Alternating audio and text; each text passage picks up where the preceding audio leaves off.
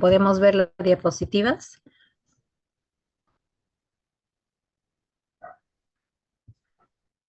Sí, doctora, sí se logra ver la diapositiva. Ok, vamos a abrirla, vamos a ponerla.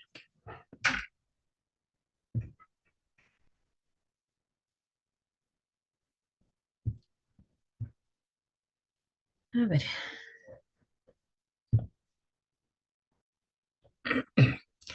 Bueno, muy buenas tardes nuevamente con todos.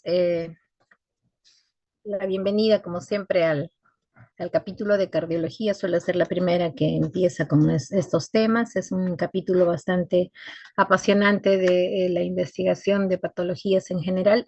Y lo que pretendo en esta clase es básicamente una especie de un recuerdo y tal vez algunos tips para lo que Recording stopped. constituye la evaluación de pacientes con potencial patología cardiovascular. Entonces vamos a ver básicamente un recuerdo del curso anterior, del ciclo anterior, en el cual me imagino que han llevado bastante bien semiología. No pretendo hacer un nuevo curso de semiología, sino básicamente un recuerdo y por ende ayudarlos a que puedan resolver algunas dudas y formas en las que pudieran obtener la mayor cantidad de datos posibles para un buen diagnóstico de patologías probablemente cardiovasculares. Entonces, en este capítulo, en esta parte de la investigación de pacientes con patología, igual que en todos los otros, también vamos a recurrir obviamente a la historia clínica, un buen examen físico, los exámenes auxiliares, pero en esta clase nos vamos a referir un poco a la historia clínica y básicamente a lo que corresponde al examen Recording in físico. progress. Exámenes auxiliares probablemente lo van a ver cuando se evalúe patología por patología. De todas maneras, le daremos una pincelada de lo que corresponde en el tema de cardiología. Oh, Dios. Ok, entonces vamos a empezar, como digo, con el tema de la historia clínica y el examen físico. En relación a la historia clínica, igual que en cualquier otra, en otro segmento, pues definitivamente tenemos que empezar y hacer una historia bastante prolija. Aquí está de más resaltar que tenemos que evaluar básicamente el motivo de la consulta. Muchas veces, y dependiendo dónde nos encontremos, vamos a tener que tener ciertas argucias, digamos, para obtener la mayor cantidad posible de información. Algunos pacientes se nos van a presentar ya en la emergencia, probablemente algunos con bastante inestabilidad y tal vez con cero datos, pero tenemos que tratar de obtener, como les decía, la mayor cantidad posible de información para poder llegar a un diagnóstico. Es diferente con un paciente estable, cuando lo vemos en consulta, cuando lo vemos hospitalizado, donde podemos realmente explayarnos en una anamnesis adecuada, ¿no? Y como en todos los casos, pues definitivamente tenemos que empezar haciendo una descripción, si es posible, en tiempo básicamente de la enfermedad actual, describir qué empezó primero, qué viene después, qué exacerba cada sintomatología, etcétera, etcétera. No olvidar nunca los antecedentes personales del paciente. No sé si alguno me pueda comentar, por ejemplo, alguna patología que pudiera llevar a enfermedad cardiovascular. Lamentablemente no estamos en una clase presencial, por lo cual me encantaría hacerlos mucho más partícipes. Sin embargo, los antecedentes en general son absolutamente importantes, ¿no? Recordemos la enfermedad coronaria que ahora está siendo bastante alta la incidencia en nuestro país, también tiene como antecedentes básicos por los factores de riesgo cardiovascular, como la diabetes, hipertensión y aquello que ya conocen ustedes bastante de sobra. En cuanto a las patologías en general, hay enfermedades de otras afectaciones que pueden afectar también el corazón. Se me ocurre en este momento, por ejemplo, la artritis reumatoidea u otras patologías generales que pudieran también llegar a afectar el corazón. Y ni qué decir de los antecedentes familiares, ¿no? Muchas de las patologías tienen una ascendencia bastante clara con el aspecto genético, ¿no? Incluyendo la misma enfermedad coronaria. No todos los pacientes que son diabéticos hacen enfermedad coronaria, no todos los pacientes hipertensos hacen enfermedad coronaria y así sucesivamente. Entonces es determinante los antecedentes y tenemos que en el poco tiempo, en el tiempo que tengamos, en realidad tratar de hacer una investigación bien adecuada. Ninguna pregunta está de más en estos casos y que no se les olvide también solicitar datos en general. Vayamos a revisar los síntomas por los cuales acuden los pacientes a consulta del cardiólogo o nos hacen consultas también como interconsultas estando en un hospital, ¿no? El dolor torácico es tal vez la causa más frecuente ahora a la luz de la incidencia de patología que vemos en los hospitales. La disnea, ortopnia y todo aquello que corresponde al síndrome de insuficiencia cardíaca, lo mismo que fatiga, palpitaciones, edemas, etcétera, etcétera, y todo lo que mencionamos aquí. Muchos pacientes inclusive vienen en estado totalmente asintomático y felizmente ya en los últimos años se ha estandarizado, digamos así, la posibilidad de chequear a los pacientes en muchas empresas antes de empezar a trabajar o son chequeados de acuerdo al tipo de labor que realizan, etcétera, etcétera. Y estamos hablando generalmente de pacientes totalmente asintomáticos, ¿no? Y, oh sorpresa, resulta que encontramos patologías que no tenían ni idea que las tenían, ¿no? Entonces, muchas enfermedades cardiovasculares también pueden cursar totalmente sintomáticas hasta estadios bastante avanzados de la enfermedad. Por lo tanto, no está de más incitar a que las personas en general se hagan un chequeo cardiovascular, aunque en realidad no sientan ningún síntoma, ¿no? En este caso es muy, muy preferible prevenir el problema, tratar las posibles, los posibles factores que puedan llevar a una enfermedad cardiovascular que esperar a que el paciente realmente tenga ya síntomas. Con estos, con anamnesis, en la cual vamos a tratar de descubrir la mayor cantidad posible de síntomas que nos relate el paciente. Inicialmente hay que pedirle que el paciente nos cuente qué es lo que tiene, por qué viene, y luego vamos a hacerle las preguntas respectivas para que no se nos escape nada en realidad, ¿no? Y con esta sintomatología más o menos podemos empezar ya a tener en la cabeza tal vez la posibilidad de empezar a agrupar síndromes con una posible eh, presunción diagnóstica etiológica, ¿no? ¿Listo? Entonces, en relación a lo que es cada síntoma, tenemos, vuelvo a repetir, que ser bastante prolijos en su descripción. Y les traigo, por ejemplo, un cuadrito aquí en relación a lo que es dolor torácico, porque muchas veces no es necesario ni siquiera tocar al paciente para tener una idea de la probable etiología del dolor. Por lo tanto, es importantísimo que con esta sintomatología en particular seamos bastante precisos en pedirle al paciente que nos describa qué tipo de dolores, qué características tiene irradiación, no tiene irradiación, qué factores lo desencadenan, cuánto dura, desde cuándo aparece, cómo ha evolucionado, etcétera, etcétera, porque todo ello nos va a llevar obviamente hacer una presunción diagnóstica. Y es importantísimo esto porque el dolor torácico no solo ocurre en enfermedades cardiovasculares, ¿no?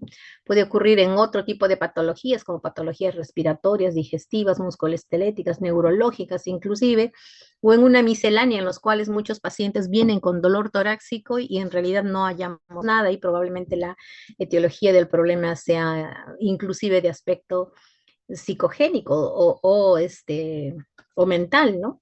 Entonces, es importantísimo, vuelvo a repetir, describir la característica del dolor. ¿Y para qué? Básicamente porque tenemos que estar siempre alerta de que no se nos vayan a escapar las causas potencialmente graves de dolor torácico.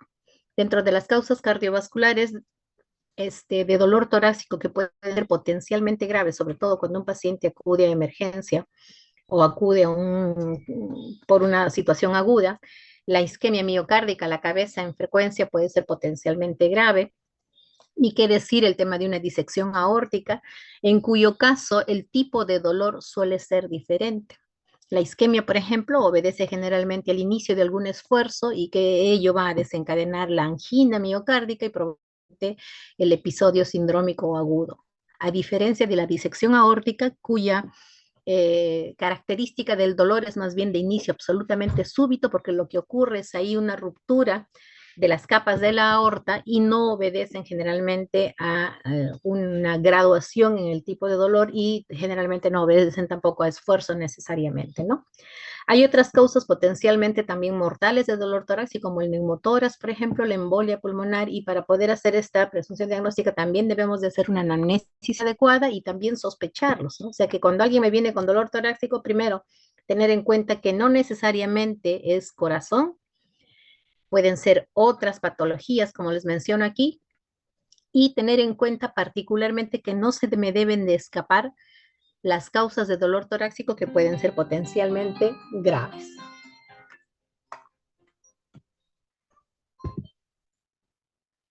Siguiendo con el tema entonces, vamos a ver un poquito sobre la disnea. La disnea, recuerden que ustedes es la dificultad respiratoria que puede presentar el paciente, en algunos casos asociado a esfuerzo físico, y en muchas veces cuando ustedes vean ya al paciente, se les va a quedar la duda, ¿este es problema respiratorio, es problema cardíaco o de qué otra etiología es? Yo sé que hay un tip que es un poquito En medicina nada es 100%, pero que sí nos puede ayudar, ¿no? La disnea de etiología respiratoria generalmente no se modifica con los cambios de posición. Es decir, si un paciente viene con disnea, eh, puede ser al esfuerzo generalmente también, puede iniciarse de manera brusca también generalmente, pero si el paciente se recuesta, habitualmente ese paciente tolera el decúbito. A diferencia de la disnea de etiología cardíaca, el paciente que está con una dificultad respiratoria importante y el paciente se echa, generalmente no tolera el decúbito. Entonces eso puede ser un punto en el cual podemos hacer cierta diferenciación entre la etiología de etiología respiratoria o de etiología cardíaca. ¿Okay? Este es un cuadrito en el cual ustedes van a apreciar y les traigo esto en relación a lo que ahora se consideran los signos y síntomas de insuficiencia cardíaca.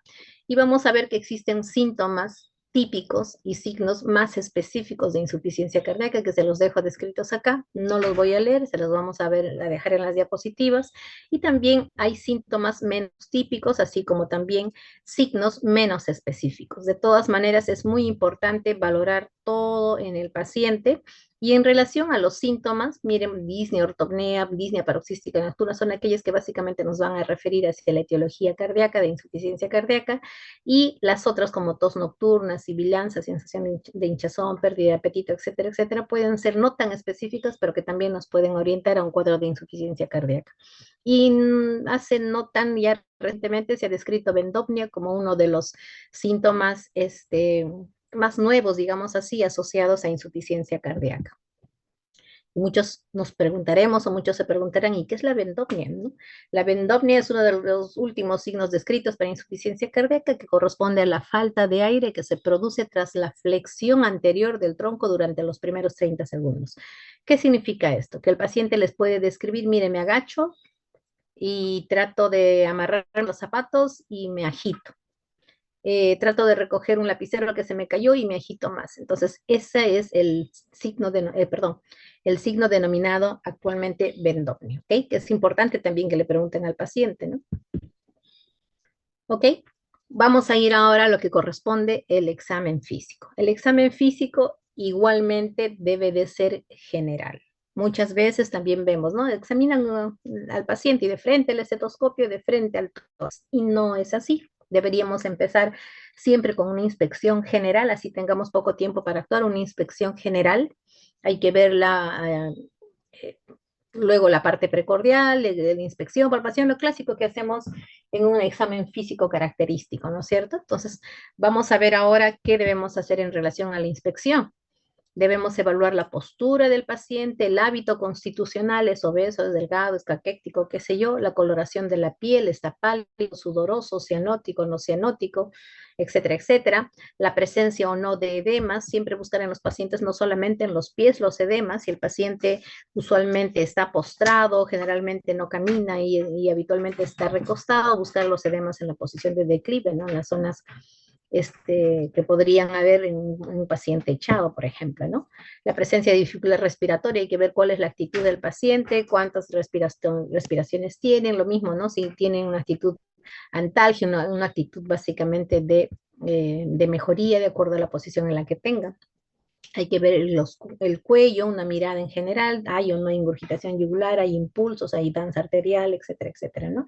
Y uno de los signos que les he traído que es muy característico y simplemente les traigo al recuerdo es el famoso signo de Muset, que se presenta particularmente en insuficiencias aórticas severas en los cuales ustedes van a ver al paciente, no sé si lo recuerden, van a ver al paciente sentadito, paradito, como crean conveniente, pero ustedes van a verlo como moviendo la cabeza de un costadito a otro, casi al vaivén del latido cardíaco. Es el famoso y característico signo de Muset, ¿no? Por ejemplo, es un paciente característico, es una imagen que siempre la pongo porque trata de ya muchísimo tiempo, pero me encanta porque en realidad sí describe mucho, ¿no? La cara del paciente describe una agonía, una dificultad respiratoria importante y la posición en la que está el paciente denota pues que tiene una dificultad respiratoria importante, probablemente adopte esa posición porque no puede estar recostado. Y vamos a ver la plaquita al costado donde vamos a encontrar un tórax con bastante congestión pulmonar. Entonces este paciente está agudamente enfermo con una cara de angustia, probablemente con dificultad para respirar, probablemente con dificultad para echarse, y este es un paciente que describe claramente una insuficiencia cardíaca, probablemente del lado izquierdo del corazón, en el cual básicamente va a haber una congestión pulmonar importante.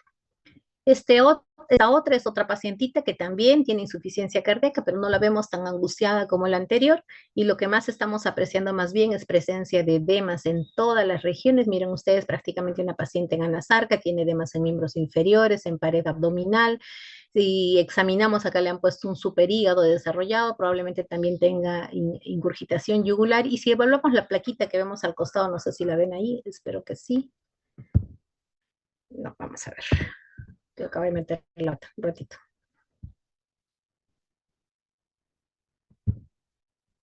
No sé, me he salido de las diapositivas, un segundito.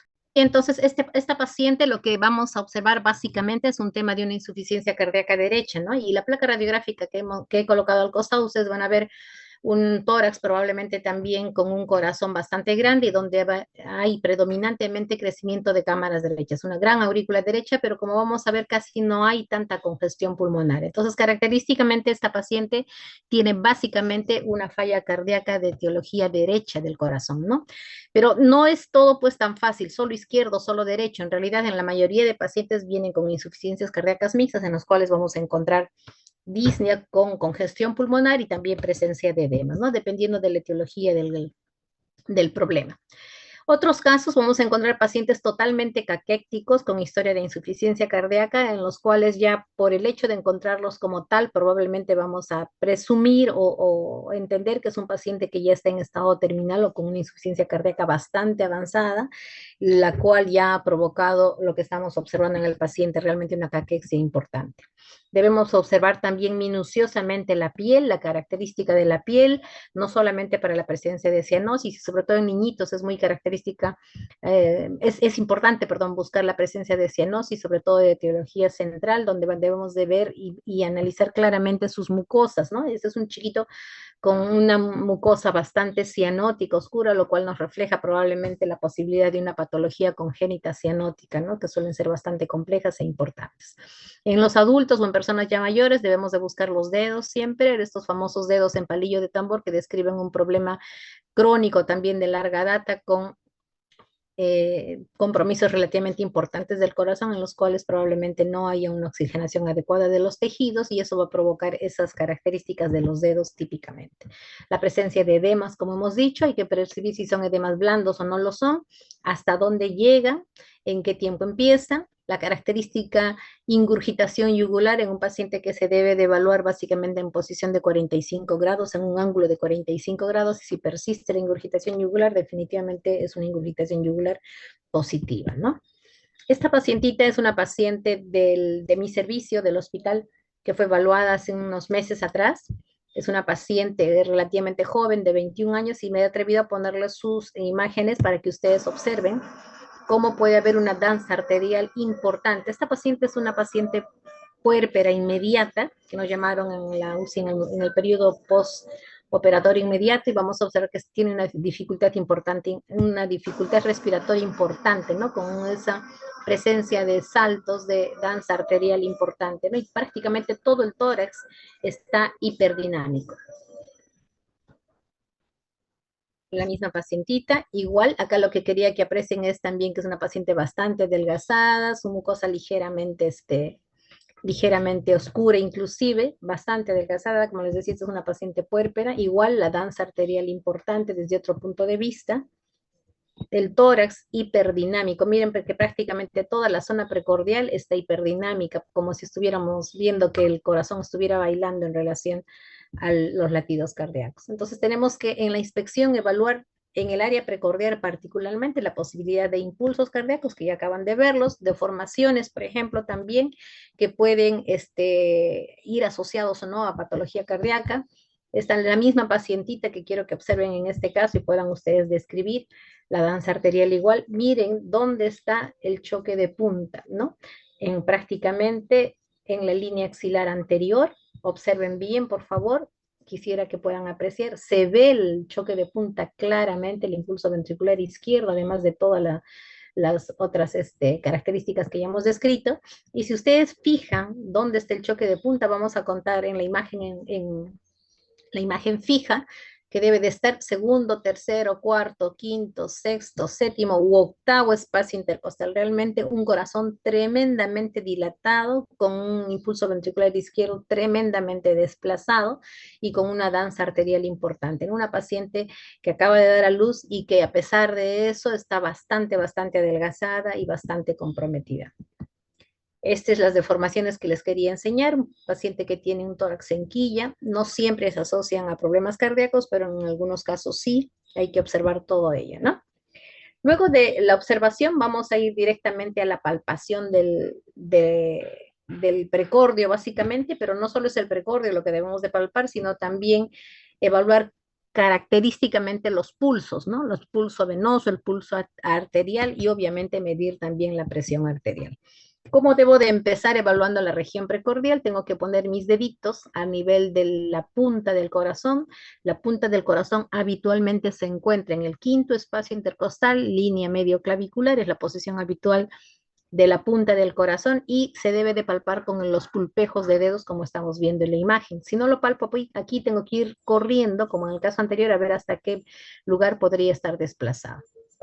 En esta segunda imagen estamos observando la posición de la mano, sobre todo de la palma que debe de colocarse a nivel de la región esternal, más o menos hacia el lado derecho, tratando de percibir la posibilidad de un impulso y esta es la forma en la cual debo yo de buscar el impulso ventricular derecho. El hallazgo del impulso ventricular derecho es como sentir que algo me toca la palma de la mano en esa posición y si lo percibo, significa crecimiento ventricular derecho. Habitualmente no se debe de percibir nada, lo cual indica pues que obviamente no hay crecimiento de cámaras derechas. Los pulsos, como ven aquí, siempre con el pulpejo de los dedos, y buscar todos los pulsos que sean posibles, compararlos. Miren cómo tengo que evaluar los pulsos carotídeos, el braquial, el radial, el femoral, el popliteo, etcétera, y compararlos en la simetría de ambos, ¿no? Es importante hacer este examen adicional. Esta es la misma pacientita que les enseñé hace un rato y van a observar, ojalá que puedan apreciar a través de la imagen. No sé si pueden observar que en la uña de ella hay una especie de un saltito, miren ustedes, como que se prende como una lucecita que aparece y desaparece, se pone más blanco por momentitos siguiendo el impulso cardíaco, y este es el famoso y denominado signo de Quinqué.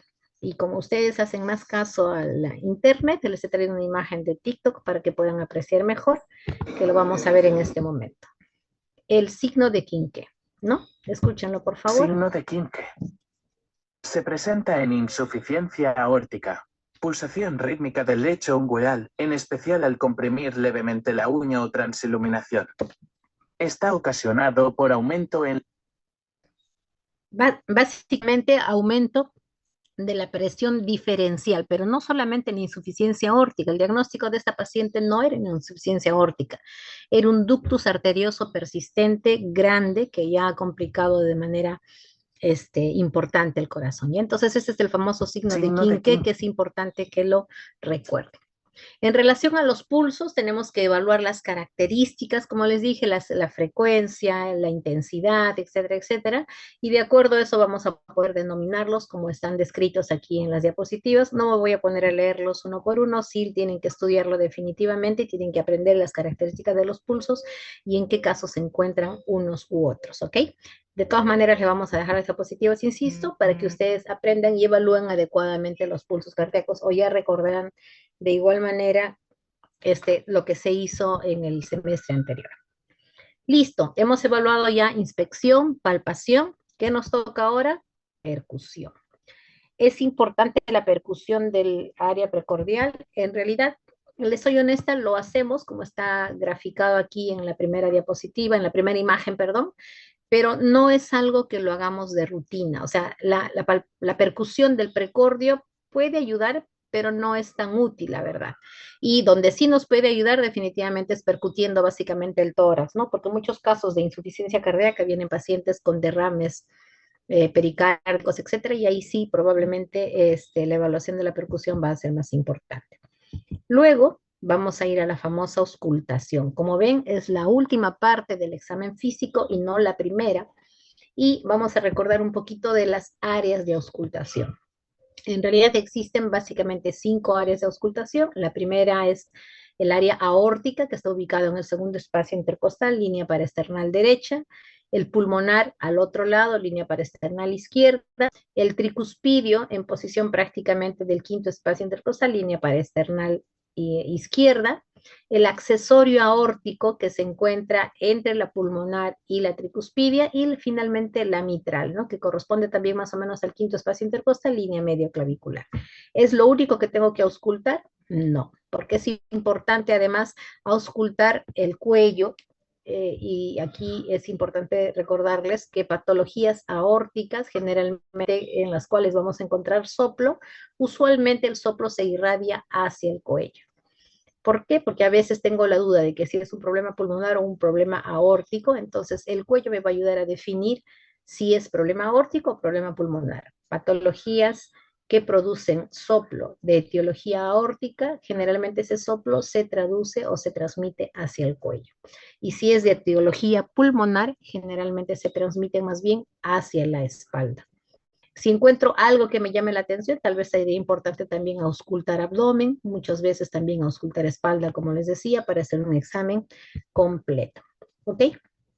Y las siguientes diapositivas es básicamente un recuerdo de lo que corresponde al ciclo cardíaco, y me es importante recordarles esto porque en realidad, como les decía en la práctica a algunos muchachos, la parte de cardiología es básicamente lógica. Si yo me acuerdo muy bien el ciclo cardíaco y qué fenómenos ocurren en cada etapa, voy a poder deducir claramente y no confundirme de los hallazgos que yo pueda tener en un paciente.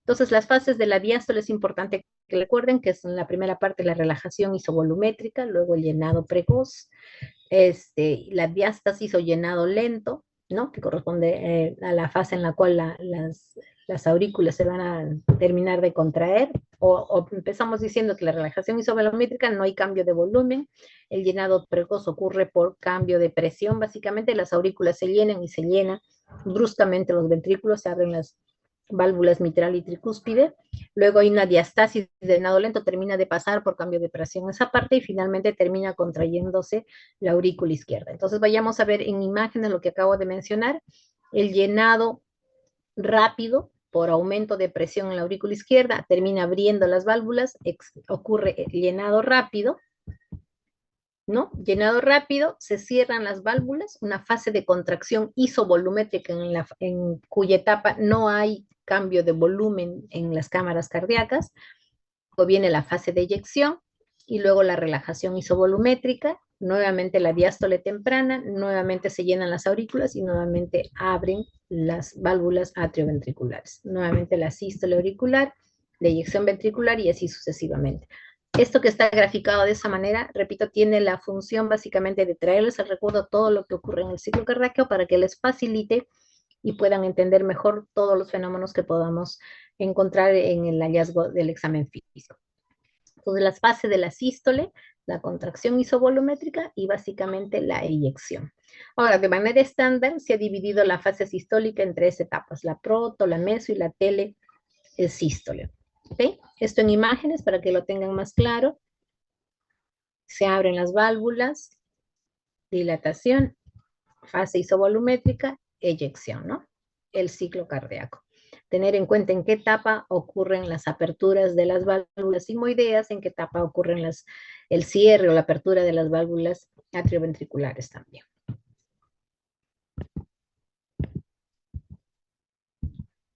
Ok, y ahora revisemos en qué momento ocurren los ruidos cardíacos. El primer ruido cardíaco que es el cierre de las válvulas atrioventriculares. ¿Cuáles son las válvulas atrioventriculares? La mitral y la tricúspide. Entonces, el cierre de las válvulas mitral y tricúspide producen el primer ruido cardíaco. El segundo ruido cardíaco es el cierre de las válvulas sigmoideas, ¿no? Se cierran la aorta y la pulmonar, producen el segundo ruido cardíaco.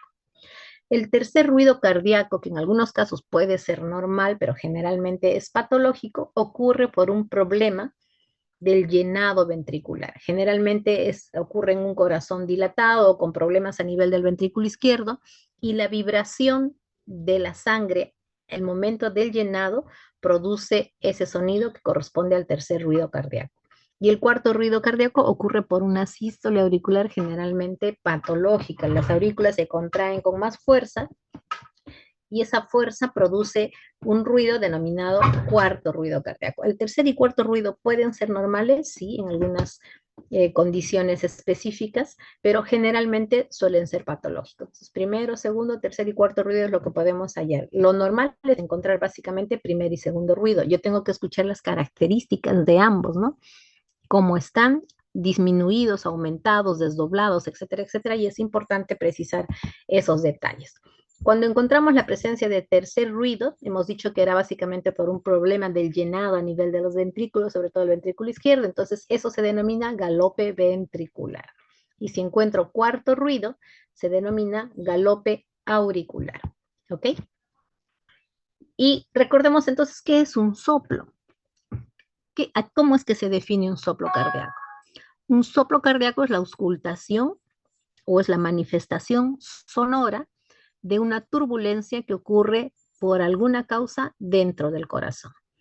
¿Por qué puede ser? Por una apertura valvular reducida, por un cierre valvular incompleto, es decir, cualquier fenómeno que produzca turbulencia.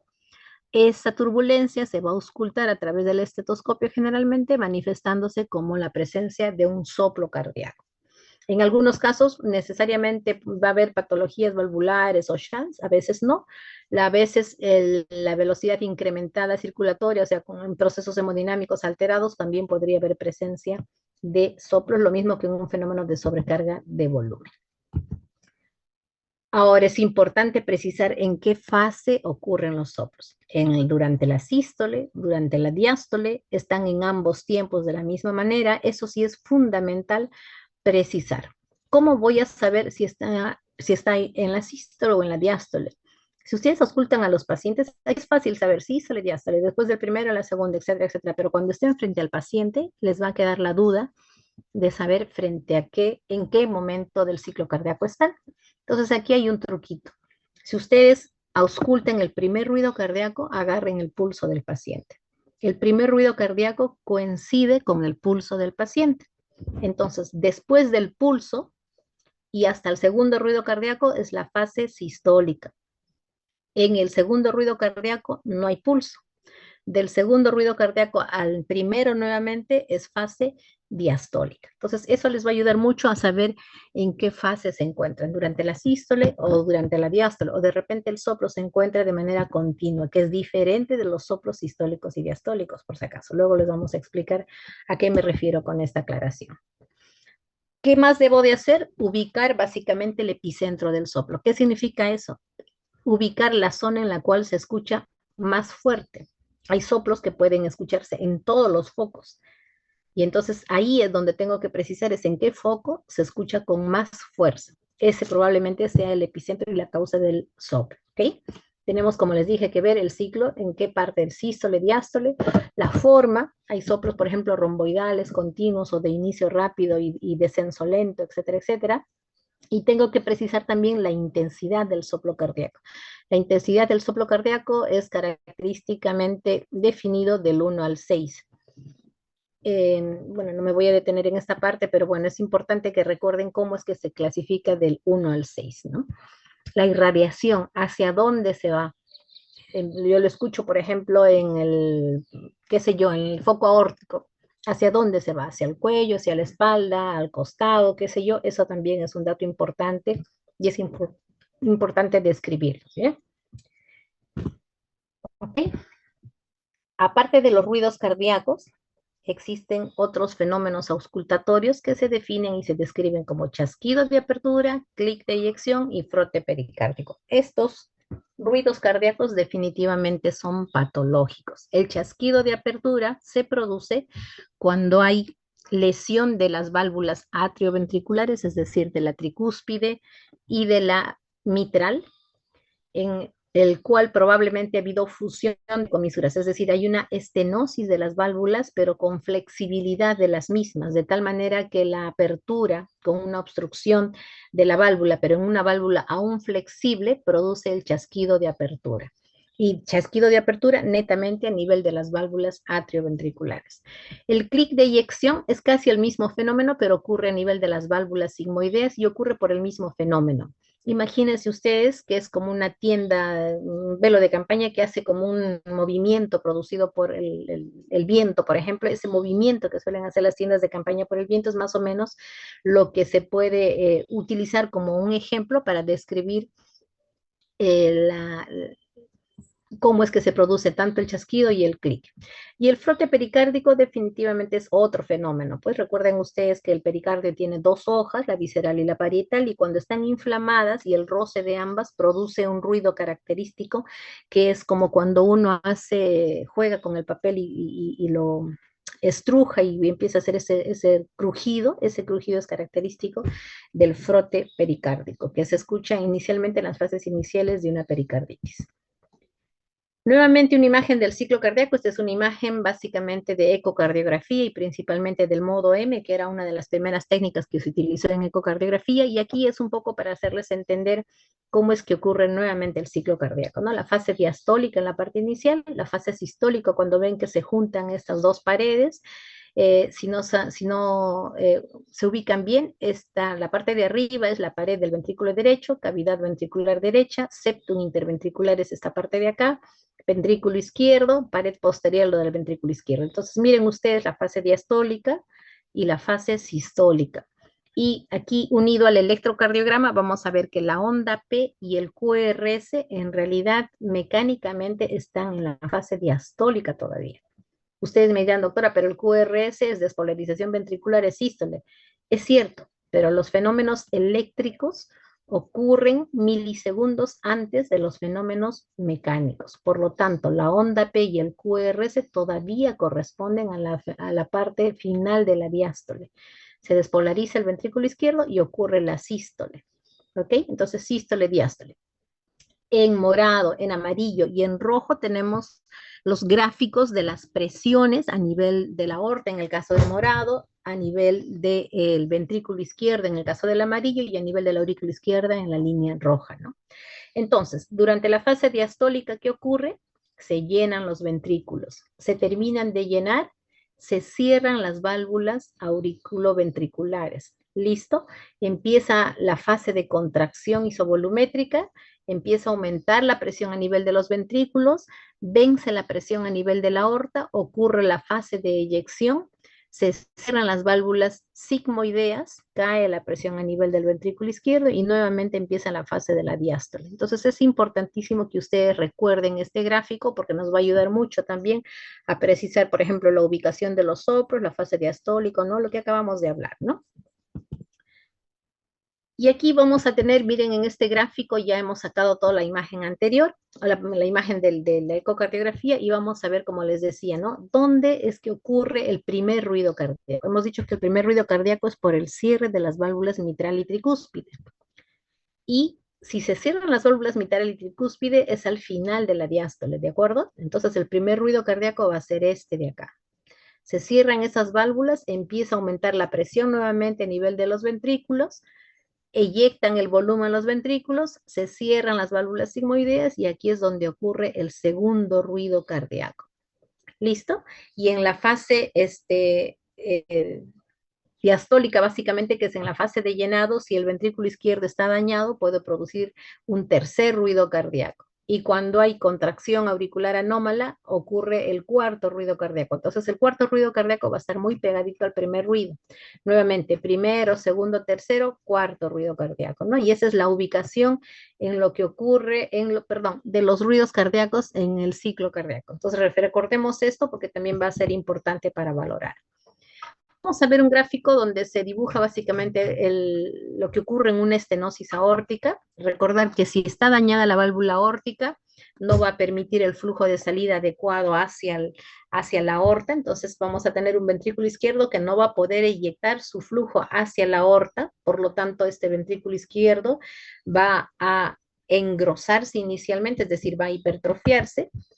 Una vez que se hipertrofia el ventrículo izquierdo, probablemente la aurícula izquierda también empiece a agrandarse Al agrandarse la aurícula izquierda, aumenta la presión en la aurícula izquierda y va a permitir que las venas pulmonares no vacíen completamente su contenido y vamos a tener un capilar pulmonar incrementado y probablemente una arteria pulmonar con mayor flujo, y todo eso de manera retrógrada va a terminar afectando también las cámaras derechas, ventrículo derecho, aurícula derecha y así sucesivamente, ¿no? Esto es más o menos la evolución de lo que ocurre en un fenómeno de insuficiencia cardíaca, por ejemplo, en un caso como la estenosis aórtica. ¿Qué voy a encontrar aquí? Básicamente un soplo. ¿Por qué? Por obstrucción. ¿Quién está dañada? La válvula aórtica. ¿En qué fase debería de salir el flujo hacia la válvula aórtica? A nivel de la fase sistólica. ¿Qué está pasando durante la sístole? Empieza a aumentar la presión a nivel del ventrículo izquierdo y luego decae un poco. Por eso que el soplo de la estenosis aórtica suele ser de características ásperas, rudas, porque trata de vencer una obstrucción. Tiene la forma generalmente romboidal y ocurre básicamente en sístole. Vuelvo a repetir, es importantísimo que ustedes tengan presente todos los fenómenos en el ciclo cardíaco. Luego, en la insuficiencia aórtica, ¿cuál será el problema en la insuficiencia aórtica? La válvula sigue dañada, pero el problema principal de esa válvula ahora es que es insuficiente, es decir, permite un retorno de la sangre de la aorta hacia el ventrículo. Ese ventrículo, ¿qué va a ocurrir con ese ventrículo? Está recibiendo más volumen del que le corresponde porque se supone que ya eyectó, pero resulta que le devuelven parte del flujo que ha eyectado, por lo tanto ese ventrículo izquierdo empezará más bien a dilatarse más que hipertrofiarse. ¿En qué fase del ciclo cardíaco ocurre ese llenado, ese retorno de la sangre hacia el ventrículo izquierdo? Obviamente durante la fase de la diástole. Entonces, un cuadro de insuficiencia cardíaca nos va a producir básicamente un soplo a nivel de la diástole. Eso va a provocar que el ventrículo izquierdo se dilate, no se hipertrofie, y si se dilata, obviamente va a producir un desplazamiento de la punta del corazón, probablemente más allá del quinto espacio intercostal. Y de manera retrógrada va a ocurrir prácticamente lo mismo. La aurícula va a tener un ventrículo izquierdo con mayor volumen del que debe de encontrarlo y va a empezar también a dilatarse, a incrementar su presión, etcétera, y así sucesivamente, podríamos llegar a tener un problema en el lado izquierdo que va a evolucionar hacia una falla también de cámaras derechas. Eso obviamente se va a manifestar en el tiempo, ¿no? Entonces acabamos de decir cómo es que va a ocurrir el soplo de insuficiencia aórtica durante la diástole primero. ¿Va a ser un tono rudo, áspero? No, va a ser un tono suave, porque lo que está ocurriendo más bien es una regurgitación del flujo de la sangre y va a tener una característica de triángulo invertido, ¿no? ¿Por qué? Porque empieza a chorrear, digamos así, la sangre de manera brusca y a medida que va incrementando la presión a nivel del ventrículo izquierdo, ese flujo va a ir disminuyendo en velocidad de llenado. Entonces, el soplo de estenosis aórtica es durante la fase de la sístole y el soplo de insuficiencia aórtica es durante la fase de la diástole.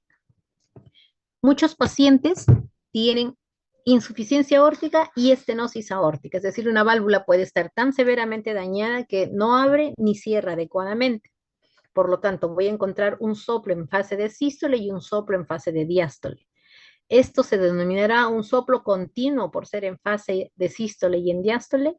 No, son dos soplos de características totalmente diferentes. ¿Cómo lo voy a describir? Voy a describir soplo sistólico eyectivo en foco aórtico y soplo diastólico de insuficiencia o regurgitativo también en foco aórtico, que es diferente de lo que es un soplo continuo, ¿ok?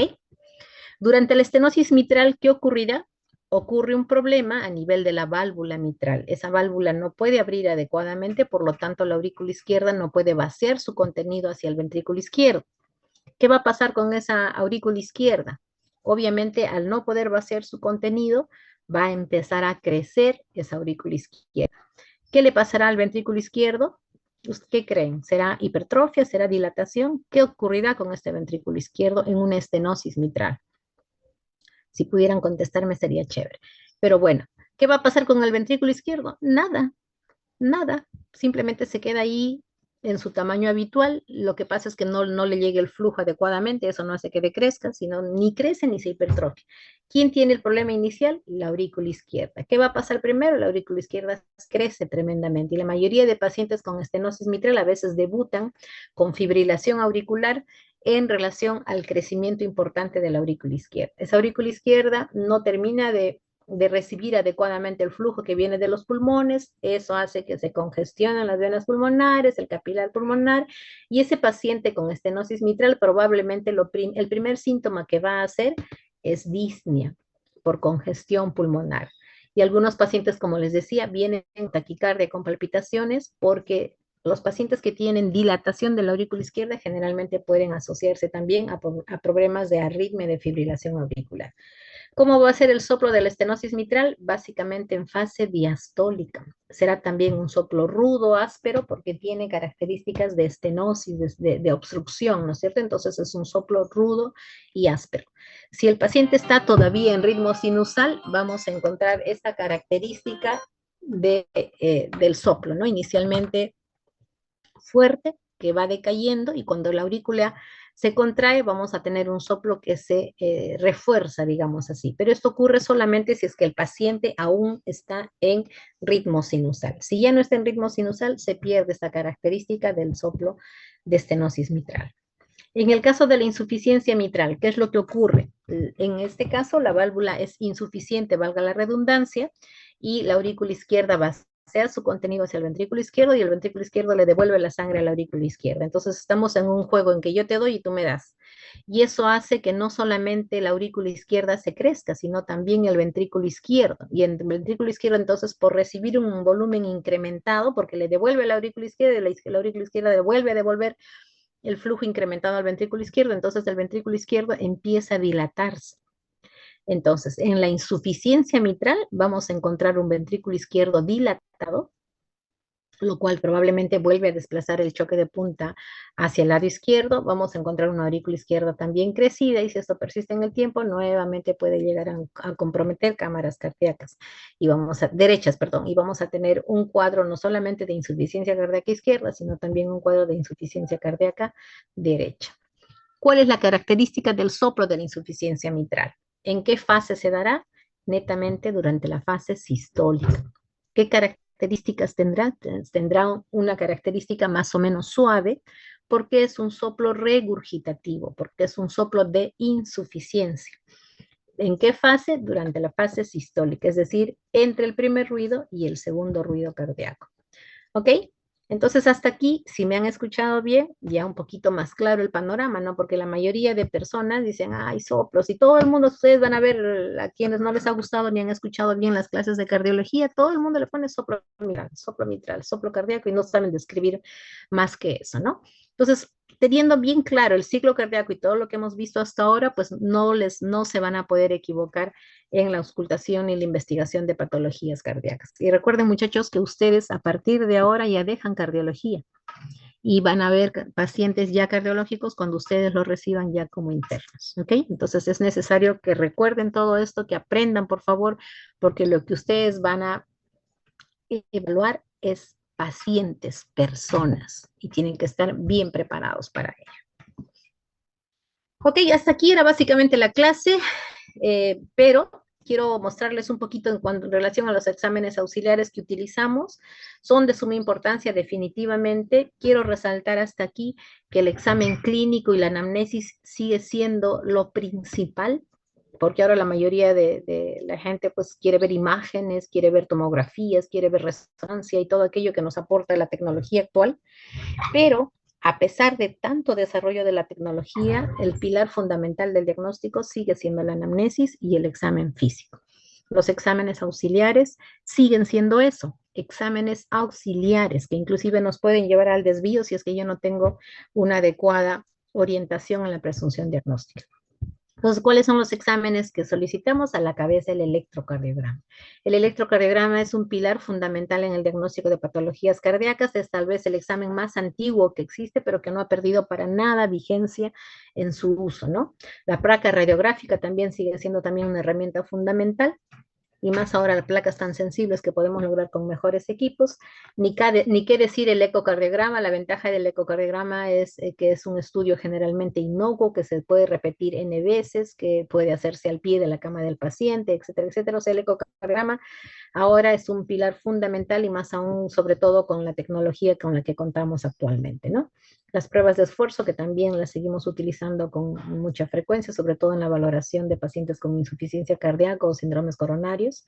La perfusión miocárdica, que también tiene su pilar fundamental, sobre todo en la evaluación de pacientes coronarios. Y finalmente la resonancia cardíaca magnética, que ahora es de suma importancia y que recientemente está pues teniendo un apogeo bárbaro en los diagnósticos de las diferentes patologías, prácticamente en todo. Es un pilar fundamental, ¿no? Lo malo es que son exámenes bastante caros. Lo segundo es que no hay mucha gente entrenada en la lectura de estos estudios. Tercero, que están generalmente sometidos a radiación y a veces a sustancias de contraste. Entonces, no es un estudio que se tenga que hacer a la cabecera del paciente ni a cada momento, ¿no? Hay que considerar bien la necesidad de estos exámenes. El electrocardiograma, para enseñarles acá, un electrocardiograma definitivamente patológico, que ya, bueno, lo irán viendo en el tiempo. Y que no quiero detenerme en esto porque vamos a perder tiempo. Aquí otro electrocardiograma, solamente para resaltar, este es un bonito electro porque tiene un PR corto, desde ya es un síndrome de PR corto con onda delta, un electrocardiograma súper, súper característico de un síndrome de Wolff-Parkinson-White. Y en este caso, ¿por qué lo pongo? Porque el diagnóstico se hace solo con electrocardiograma. Solo con electrocardiograma. Basta que yo vea esta imagen característica, este paciente tiene el diagnóstico de Wolff-Parkinson-White y probablemente tiene además predisposición a arritmias importantes. Este caso es un paciente que tiene aurícula derecha importante, gran crecimiento ventricular derecho. Entonces, les traigo algunas imágenes muy características, muy típicas, para resaltar que el electrocardiograma, como decía, es un pilar fundamental en el diagnóstico, ¿no? Casi prácticamente de todas las patologías, excepto no nos va a dar datos de cómo está el estado de bomba del corazón, ¿no? O sea, es decir, no me va a dar datos de fracción de eyección ni nada. Pero en problemas coronarios, en problemas de arritmia, en problemas de trastorno de la conducción, etcétera, etcétera, no hay herramienta más útil que el electrocardiograma. Aquí tenemos algunas alteraciones electrocardiográficas más frecuentes según la patología. Esto se los dejo, ya no los voy a leer minuciosamente, pero es importante que lo tengan en cuenta también para que puedan ayudar en el diagnóstico de los pacientes, ¿no? Esta placa radiográfica se las traigo porque es la placa radiográfica de la paciente que les enseñé hace un rato. ¿Se acuerdan dónde estaba el impulso ventricular izquierdo? Prácticamente a nivel del octavo espacio intercostal izquierdo, línea axilar anterior. Miren este corazón, prácticamente un corazón bovino enorme, enorme, con crecimiento de cámaras cardíacas izquierdas impresionante, crecimiento de cámaras cardíacas derechas, congestión pulmonar. Y miren cómo esta placa radiográfica nos puede dar tanto aporte, ¿no? Si vemos un poquito más, aquí hay el tronco bronco izquierdo levantado, sugiere crecimiento auricular izquierdo, prácticamente un corazón con 4 cámaras cardíacas crecidas, con una imagen impresionante de crecimiento ventricular izquierdo. Hoy día lo habíamos visto en la paciente, definitivamente un ventrículo izquierdo tremendamente desarrollado, ¿no? Un cono de la pulmonar incrementado que describe la presencia de un ductus arterioso persistente y la presencia, como les decía, de congestión pulmonar importante, ¿no? Una paciente bastante comprometida. Esa es otra placa radiográfica que la he puesto básicamente porque en este caso es una placa que puede simular, ¿y por qué digo simular? Un gran crecimiento ventricular izquierdo, porque en realidad no tiene un buen grado de inspiración. Para poder evaluar bien cámaras cardíacas con una placa radiográfica tiene que ser una placa bien inspirada, porque de lo contrario una placa mal tomada puede llevarnos a error, ¿no? Hay una placa así bien tomada, un corazón prácticamente normal. ¿Qué defecto tiene esta placa? Que está muy penetrada. Miren que se ve prácticamente la columna hasta la parte inferior, por lo tanto la silueta cardíaca más bien va a tender a ser más pequeña de lo que probablemente sea. Entonces, con radiografías es importante la técnica en la cual toman, ¿no? Estas son imágenes básicas de ecocardiografía, la imagen de la izquierda, un corazón normal, visto de cabeza, porque en la ecocardiografía de adultos se ve de manera, ventrículos arriba, aurículas abajo, y aquí van a ver un cambio, si todavía no son expertos en ecocardiografía, un cambio importante en el cual van a definir que este ventrículo izquierdo aquí está tremendamente dilatado. En el lado izquierdo, la imagen es de un ventrículo izquierdo normal, un ventrículo derecho normal. Esta es la forma de un corazón normal. Y miren aquí al lado derecho, un ventrículo izquierdo prácticamente redondeado, un ventrículo derecho también algo dilatado, una aurícula izquierda crecida, y si pueden observar hay una imagen como un humito que da vueltas en el corazón. Eso se llama un contraste espontáneo y probablemente este paciente está sometido ya a la posibilidad de trombosis cardíaca por la presencia de ese humo y que eso nos sugiere la posibilidad de que el paciente pueda hacer trombosis con más chance, ¿no? Esta es una imagen de un eje largo, ventrículo izquierdo aquí, válvula mitral, válvula aórtica y un ventrículo derecho tremendamente crecido, ¿no? Acá es el mismo paciente, aurícula izquierda, perdón, aurícula derecha bien crecida, ventrículo derecho bien crecido, y si yo veo estas imágenes, aún no sé el diagnóstico, pero ya empiezo a sospechar la probable etiología del crecimiento de cámaras derechas. ¿Qué se les ocurre? A ver. Bueno, se me ocurre ahorita un crecimiento de cámaras derechas de repente, por ejemplo, por una comunicación interauricular. Estas imágenes ya son con Doppler. Aquí es una válvula aórtica, arriba ventrículos, abajo aurículas. Esta es la válvula aórtica esclerosada, calcificada, probablemente una estenosis muy importante que produce turbulencia más allá de la aorta y a su vez produce un chorrito que regresa, que produce un poquito de insuficiencia. Entonces la imagen característica de una estenosis aórtica con un poquito de insuficiencia. Aquí vemos nuevamente 4 cámaras, ventrículos arriba, aurículas abajo, crecimiento importante de cámaras izquierdas, dilatación de cámaras izquierdas y un chorro que regresa hacia la aurícula. Característicamente una insuficiencia mitral severa porque prácticamente choca hasta las paredes superiores de la aurícula izquierda. Insuficiencia mitral severa, crecimiento severo de cámaras izquierdas. Aquí utilizamos el Doppler para medir los flujos. Se nota aquí que hay una buena turbulencia a nivel de la válvula aórtica y acá una buena turbulencia a nivel de la válvula mitral. ¿Este qué es? Soplo sistólico de eyección, soplo sistólico de turbulencia áspera. ¿Y este qué es? Es un soplo sistólico de etiología más bien regurgitativa. Lo mismo, en este caso tenemos aquí la insuficiencia mitral, estos son ambos soplos, son regurgitativos o patologías regurgitativas, la insuficiencia mitral, lo mismo con dilatación como hemos visto, y aquí una gran insuficiencia aórtica. Ambos soplos probablemente sean de tonalidad básicamente baja. En estas imágenes, este es el septum interauricular, un corazón que está por esta imagen subcostal. Aquí está el hígado, aquí está el corazón, septum interauricular, comunicación interauricular. Comunicación interauricular. Acá tenemos ventrículos arriba, aurículas abajo, comunicación interventricular. Este es interauricular, este es interventricular. Aquí tenemos la aorta, la arteria pulmonar, y este es el famoso chorro de un ductus arterioso persistente que sí característicamente produce un soplo continuo. Este es el ductus arterioso persistente que produce básicamente un soplo continuo a nivel del foco pulmonar.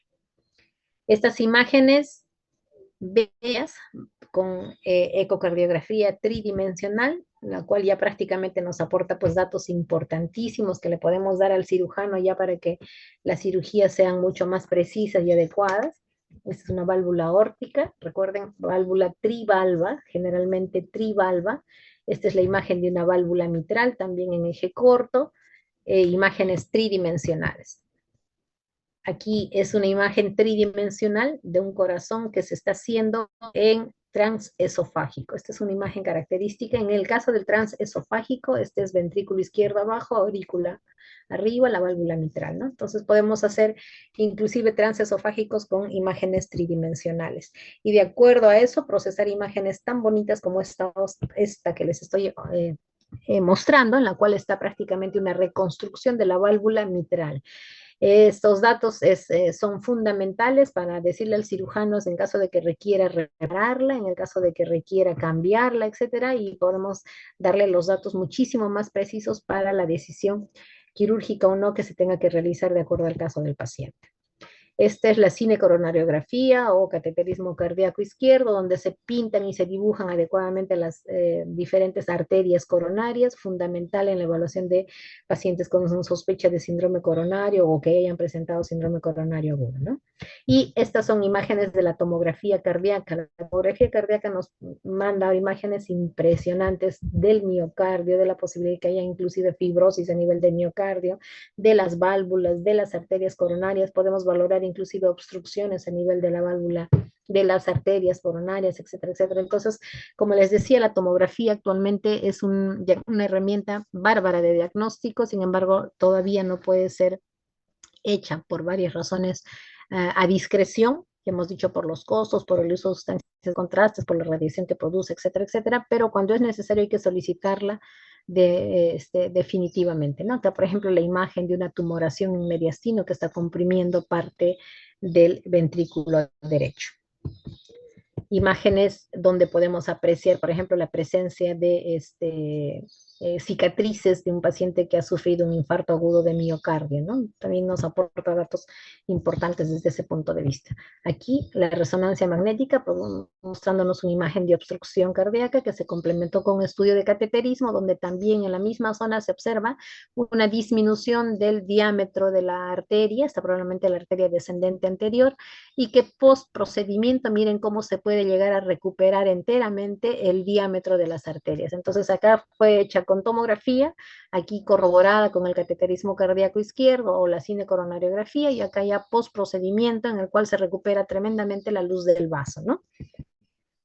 Una imagen parecida, tomografía, obstrucción casi total de la luz del vaso. Aquí prácticamente un hilito pasa de la sangre a través de la descendente anterior y nuevamente post-cateterismo, post-procedimiento probablemente de angioplastía, se recupera prácticamente totalmente la luz del vaso. En pacientes posoperados de igual manera, la resonancia cardíaca sigue siendo importante. Esta es la para valoración de pacientes también con estenosis, etcétera, etcétera. O sea, es datos ahora sumamente valiosos. Pero vuelvo a repetir, nos aportan muchísima imagen. Sin embargo, vuelvo a repetir que la clínica y el examen físico son determinantes para definir el diagnóstico de los pacientes. Creo que con esto más o menos he tratado de darles, como les decía, un pincelazo en relación a lo que son exámenes auxiliares y algunos tips que pueden servirles, para la evaluación de los pacientes con cardiopatía. Si hubiese alguna pregunta, por favor, con mucho gusto para resolverlas.